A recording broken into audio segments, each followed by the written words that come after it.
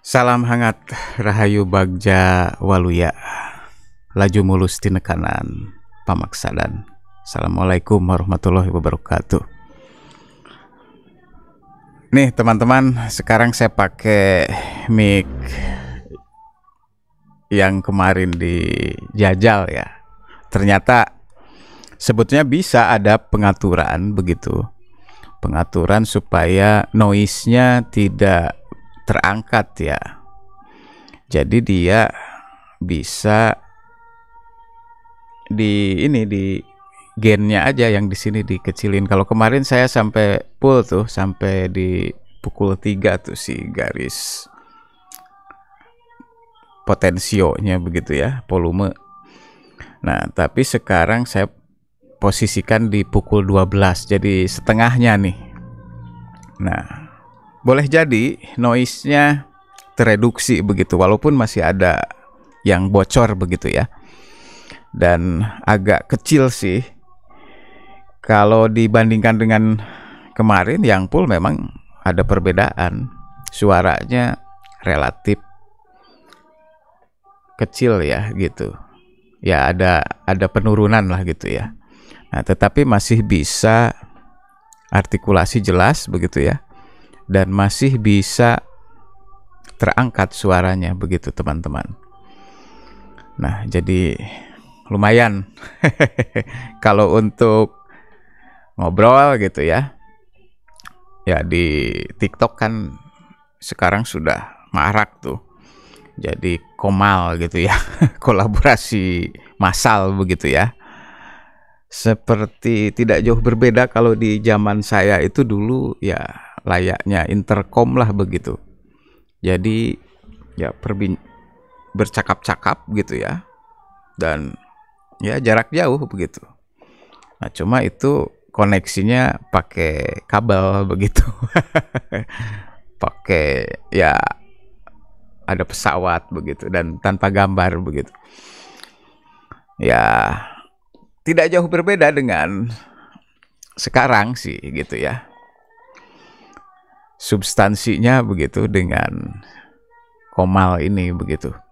Nah, ini salah satu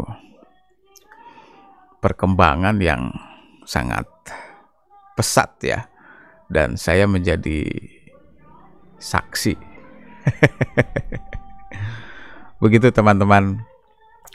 Dan ya ini juga pengaruhnya kemana-mana nih era ini gitu. Kalau kita tidak bisa mengikuti, mengimbanginya, bakal ketinggalan kereta begitu teman-teman.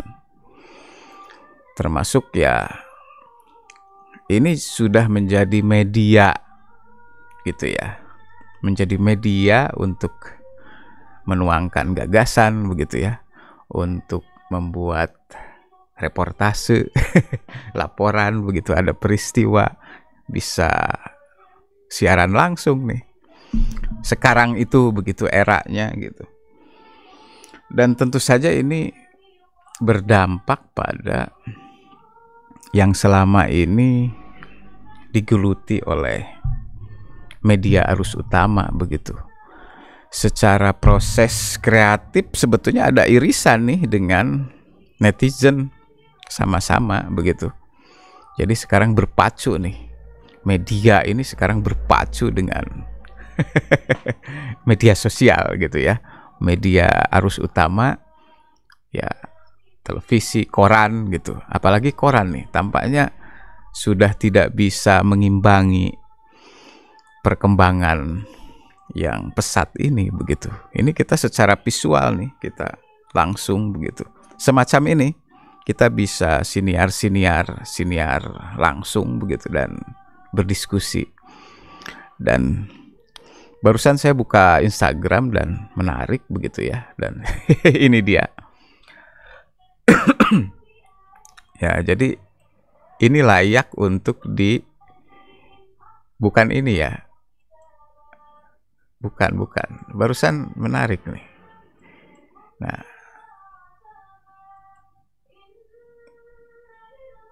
jadi dilema gitu ya.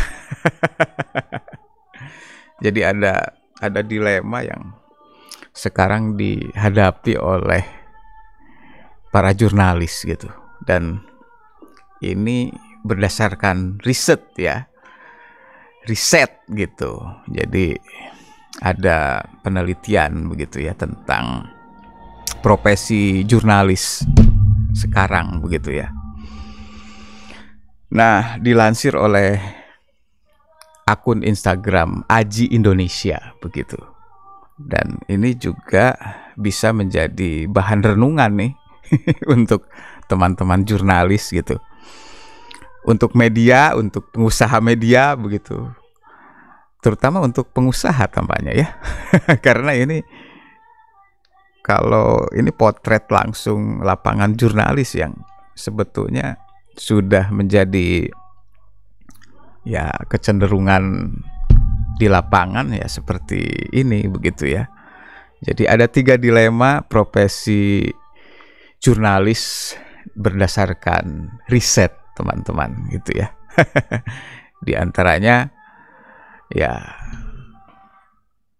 di sisi finansial nih kocek nih sebetulnya gitu ya. Profesi jurnalis ternyata boleh dibilang dalam kondisi yang tidak menggembirakan begitu berdasarkan riset itu ya teman-teman. Nah, nanti kita coba diulas satu-satu begitu, tapi saya juga tampaknya harus di sini saya pakai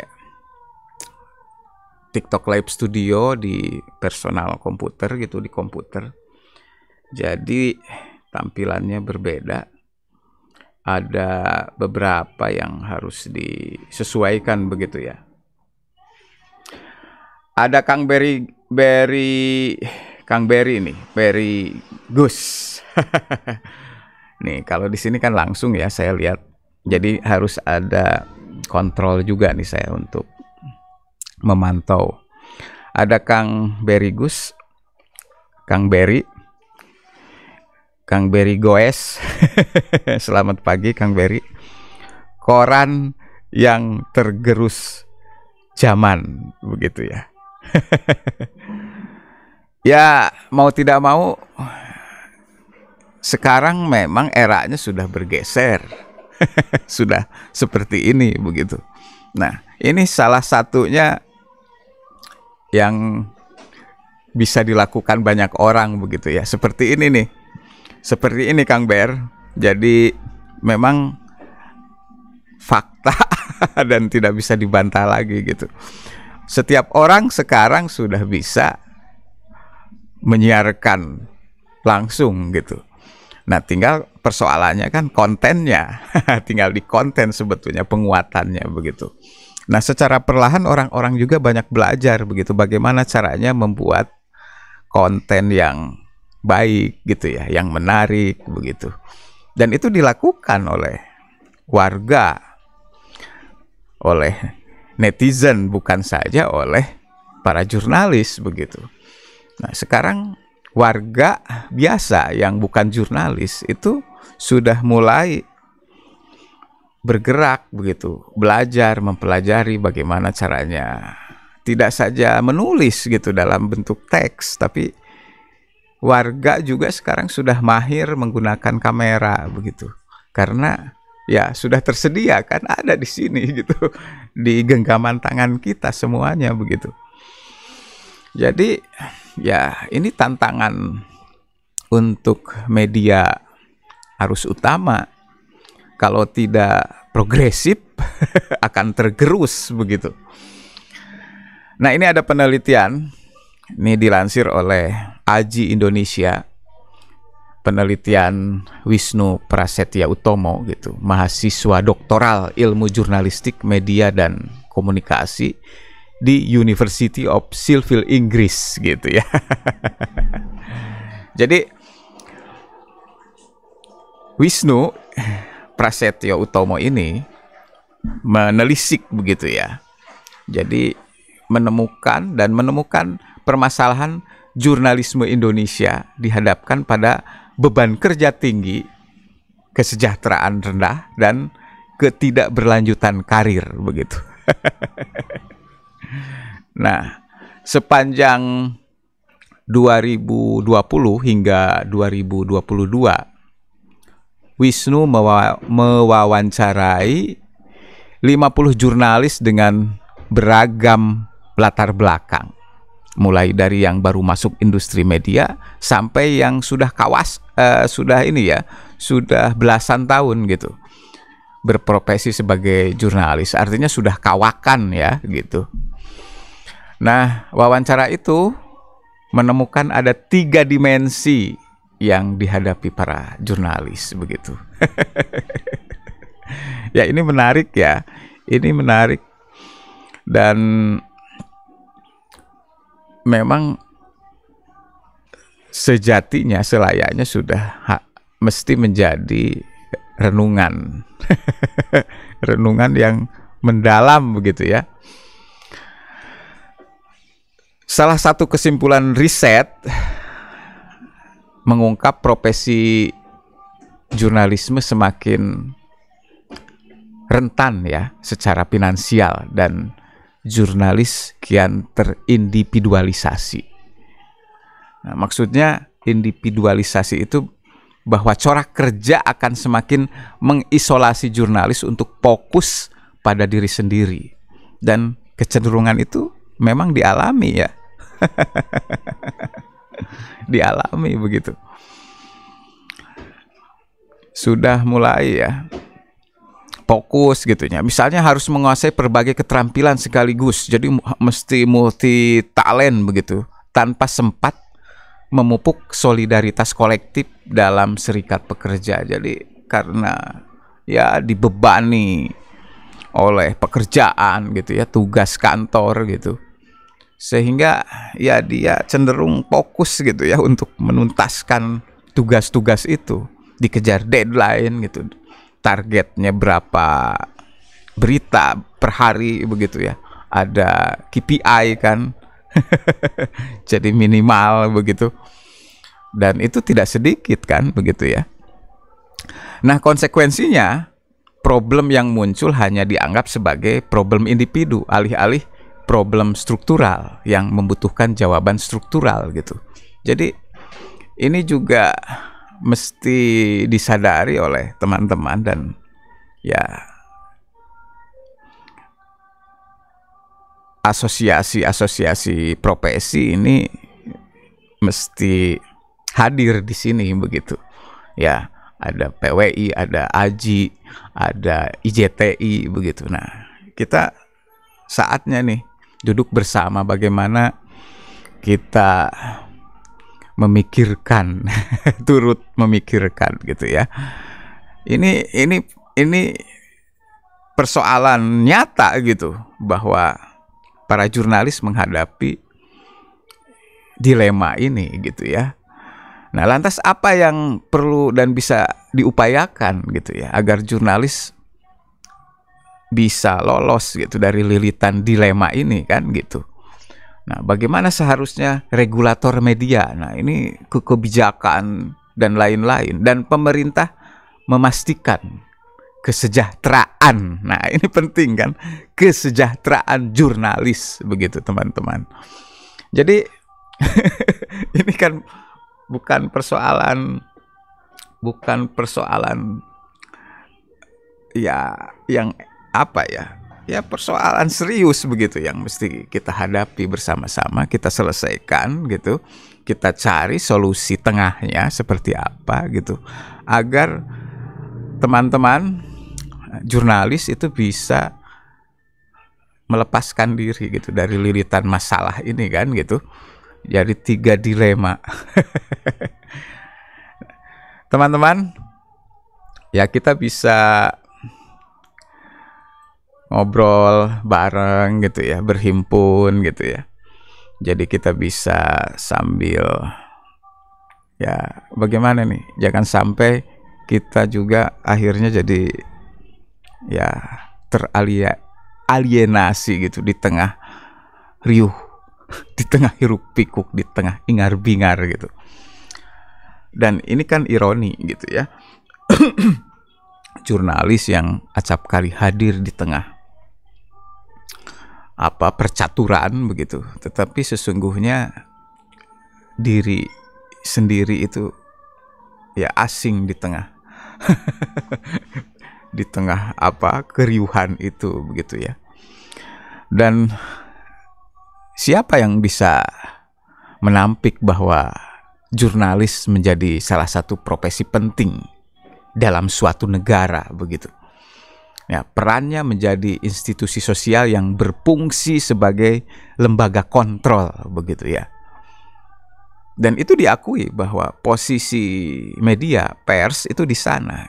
Dia itu sebagai the fourth estate kan gitu, pilar keempat selain eksekutif, legislatif, yudikatif, dan yang keempatnya adalah media, begitu. Seiring waktu, profesi ini memang menghadapi tantangan dan risiko ya, profesi teman-teman jurnalis, begitu. Seperti yang diungkap oleh peneliti Wisnu Prasetya Utomo ini, begitu. Jadi resiko itu khususnya mengenai yang tadi sempat kita ulas, gitu ya. Kerentanan dalam hal finansial dan keberlangsungan karir, gitu. Jadi ya tidak aneh kan kalau ada ya teman-teman yang mencoba masuk ke menjadi jurnalis, gitu ya, ketika ada profesi lain yang lebih menjanjikan kemudian beralih, begitu ya. Jadi lumrah gitu kalau profesi jurnalis hanya menjadi batu loncatan kan gitu. Dan bagi para kaum muda itu bisa menjadi semacam ya menjajal kapasitasnya gitu sebelum berpindah ke industri lain yang lebih menjanjikan stabilitas finansialnya, begitu ya. Nah, ini kan pengaruhnya serius juga gitu. Jadi media pelan-pelan kehilangan generasi jurnalis berkualitas gitu. Nah, orang-orang terbaik di seorang jurnalis, begitu ya, itu keluar dari lingkaran gitu ya, dan memilih profesi lain gitu. Ya salah satunya adalah karena secara finansial dan karir itu tidak stabil, begitu. Nah kemudian, nah itu kan yang ditemukan oleh peneliti Wisnu Prasetya Utomo gitu, doktor, kandidat dokter ilmu jurnalistik gitu ya, di University of Sheffield gitu, saya bacanya gimana ya, di Inggris gitu ya. Berdasarkan temuan wawancara ya itu tadi ada 3 katanya dilema yang dihadapi oleh para jurnalis gitu. Pertama, dilema terkait status dan hubungan kerja gitu ya. Nah, menurutnya sejumlah jurnalis yang berstatus pekerja tetap menyampaikan kondisi kesejahteraan mereka masih terbatas. Di antaranya, perhatian perusahaan media terkait kesehatan mental masih minim. Bahkan tidak didaftarkan BPJS Kesehatan maupun Ketenagakerjaan. Sementara bagi jurnalis yang bekerja lepas atau freelance gitu ya, sebagaimana karakter pekerja prekariat, fleksibilitas mengatur jam kerja memang menawarkan kebebasan. Tapi tempo hari pandemi membuat ruang gerak mereka terbatas. Hasil riset juga menyebutkan status pekerja tetap dan lepas sama-sama memiliki kerentanan, begitu. Dan implikasinya pada kekhawatiran akan jaminan sosial dan jenjang karir di masa depan ya. Begitu teman-teman. Nah, kemudian dilema yang kedua gitu. Terhadap kondisi dan beban kerja. Beberapa jurnalis menyebut beban kerja mereka sebagian besar dibagi menjadi dua. Beban kerja dengan target kuantitas dan beban kerja yang berbasis pada isu. Nah, ini kan yang tadi kita sempat ulas tuh di awal. Jadi target kuantitas berapa dia bikin berita sehari? 5, 10. Dan ini satu lagi nih yang agak berat gitu. Isu. Nah, karena isu ini kan butuh pencermatan ya, butuh observasi, butuh studi literatur begitu. Dan kalau itu sudah kita temukan, itu juga harus bekerja gitu ya untuk bagaimana bisa menginterview narasumber yang kredibel gitu, yang kompeten gitu. Dan itu juga kan sama kita sebagai selayaknya seorang inilah pemburu harus mencari kan begitu ya. Nah, kemudian ya memang tidak semua ya gitu ya. Hanya media tertentu yang memiliki kemewahan membuat jurnalis bekerja berdasarkan isu tanpa mempertimbangkan kuantitas gitu ya. Sebagian besar media digital masih menggunakan ukuran jumlah berita yang diproduksi harian gitu. Ya itu ya KPI itu. Jadi target sehari berapa puluh berita gitu. Seorang wartawan 5 sampai 10 minimal begitu ya. Dan bisa dibayangkan itu dikejar tenggat gitu, deadline gitu. Pekerjaan ya keras begitu ya. Kondisi ini dalam beberapa kasus dapat berujung pada bentuk eksploitasi jurnalis gitu. Meskipun tidak dilakukan dengan sengaja. Nah, ironisnya dilema itu telah dinormalisasi sejak di dunia kampus. Hasil survei Wisnu bersama Remote TV tahun 2021 menemukan bahwa kondisi ini telah dipahami oleh mahasiswa studi jurnalisme dan komunikasi. Itu mengapa sebagian besar responden sulit membayangkan bakal memiliki karir sebagai jurnalis hingga usia pensiun. Nah, kemudian dilema ketiga, berbagai kesulitan itu lantas menjadikan jurnalisme sebagai profesi sementara. Jadi yang tadi itu ya, jadi batu loncatan begitu teman-teman. Kemewahan yang dimiliki jurnalis untuk bertemu dengan banyak orang dan orang-orang penting begitu ya.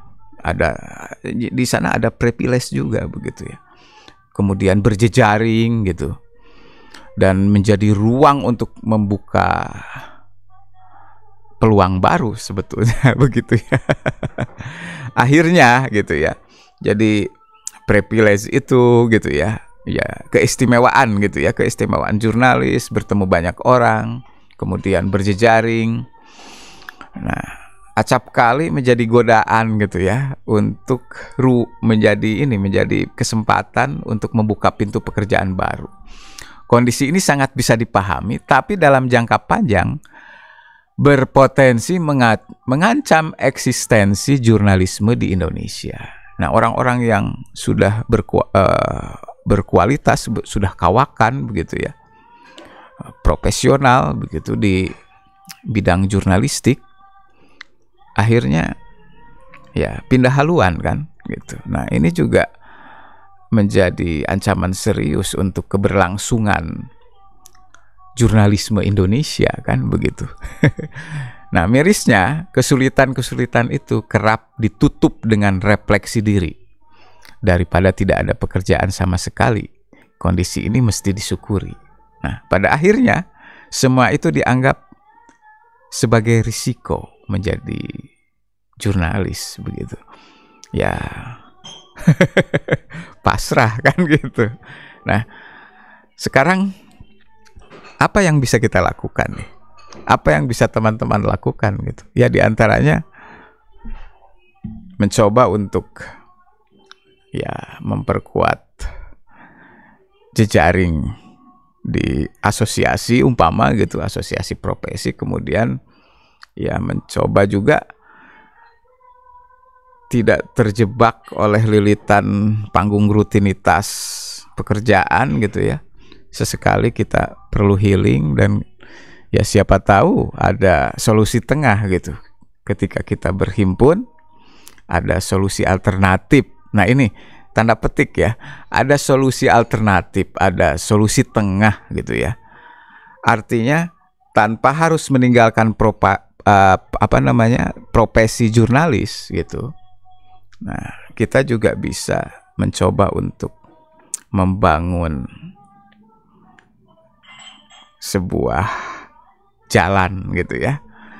Kita bisa menemukan jalan bagaimana bisa tetap bertahan begitu ya teman-teman. Nah begitu diantaranya pagi ini begitu. Dan ya di bawah seperti biasa sudah mulai sibuk ribut-ribut begitu. Ada suara piring, ada suara ini gitu ya. Jadi tampaknya masuk gitu. Tapi ya kita sudah clear ya, sudah. Ini salah satunya nih. Nah, teman-teman, mudah-mudahan ya ini mic-nya juga bagus ya, sambil cek mic begitu, dan ya sambil ya ini secara perlahan menata konten juga nih, bagaimana supaya ya media sosial kita itu juga berkualitas seperti halnya yang dilakukan oleh para jurnalis gitu ya. Salam hangat, Rahayu Bagja Waluya, laju mulus tina kanan pamaksadan. Assalamualaikum warahmatullahi wabarakatuh.